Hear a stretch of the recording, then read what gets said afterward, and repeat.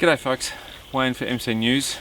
Today we are talking about the new CFMOTO 800MT, which marks their arrival to the middleweight adventure bike segment. Now I got to actually spend a couple of days on the 800MT not long after I spent a couple of days up in the high country on the new Husky Norden. So pretty hard to follow up in terms of back-to-back. But this bike represents a very different buying proposition to the Norden. So Norden is up very much at the premium end of the sort of all-road, adventure traveller segment, and the CFMOTO 800MT is down the other end in terms of the value equation. So premium versus value equation.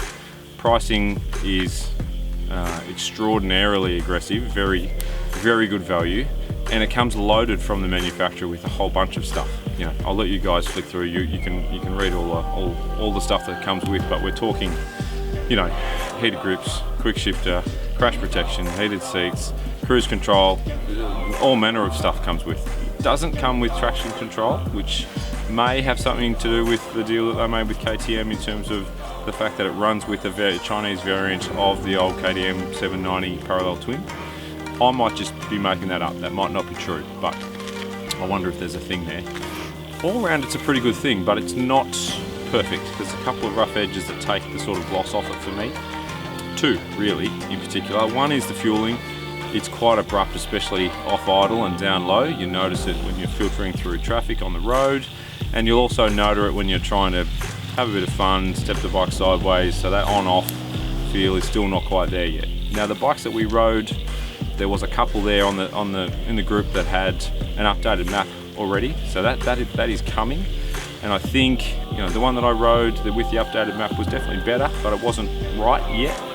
I think it's only a couple of updated maps away from being pretty much bang on, and that will come. So it kind of feels like it might be, I don't want to say rush to market, but maybe out there a little bit sooner than it could have been. So yeah, I don't think that's far away from being pretty good, but at the moment I feel it's a bit too abrupt. There's a bit of a trend there. The last couple of CFMOTOs that I've ridden were similar in that I didn't think their fueling was as good as it could be, so something to keep an eye out for. The other thing that I thought with this particular bike, or had an issue with, was the buffeting from the screen at speed. So anything over about 85 kilometers an hour, I got a lot of buffeting. Probably the most buffeting of any bike that I've ridden, certainly in that segment. I'm 6 foot or thereabouts. The taller guys that were in the group with us really felt it as well. Shorter guys in the group, not so much. This is probably just a taller screen option away from being not a problem. It is adjustable, but it didn't seem to make a difference too much to me, whether it was down low or up high or in the middle or wherever. Still got lots of buffeting. Other than that, the bike's pretty good. We had a cracking couple of days, different roads to the Norden, which was nice, but similar sort of region. In Victoria, we sort of, we tackled from Eildon, Jamison, Marysville, we did the Black Spur, we did a whole bunch of places, lots of gravel roads out the back of, crikey, all over the place. And the gravel roads, smooth gravel roads, good bitumen. This is a good bike to ride, nice fun bike to ride. Good smooth power once you're on the gas. Brakes are good in terms of repeated hard, the brakes actually took a pounding, especially on, if any of the guys know, Eildon Jamison Road. That is a pretty punishing road for brakes if you're hustling along.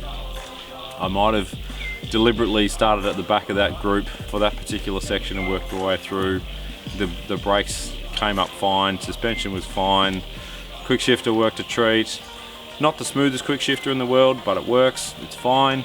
So all in all, this is a pretty good bike with lots of potential, and I think that's probably the key word here. When they fix a couple of those little rough edges, this is going to be a pretty good thing, which I think represents where CFMOTO are in the market at the moment. They're emerging as a real contender to some of the Japanese giants that have been around a little bit longer. I think the next few years are going to be amazing for CFMOTO, and I'd like to think that this first evolution of the 800MT is really that, and they can improve on it and build on it, knock those couple of edges off it, and this should sell well. So yeah, shout out to the CFMOTO guys, thanks for inviting us along. Had a great time, loved the bike, knock a couple of those edges off it and this thing will sell like hotcakes. Don't write it off. I know there's a lot of people out there. CFMOTO already has a pretty good sort of legion of fans, if you like, who have looked through the Chinese thing, which some people still have in Australia, but they've looked through, they've seen past that, they've seen the value that this represents and that their bikes represent, and they're just getting better and better. They're going from strength to strength. So I think they've got a big future, and I look forward to seeing what happens next in the evolution of the 800 MT.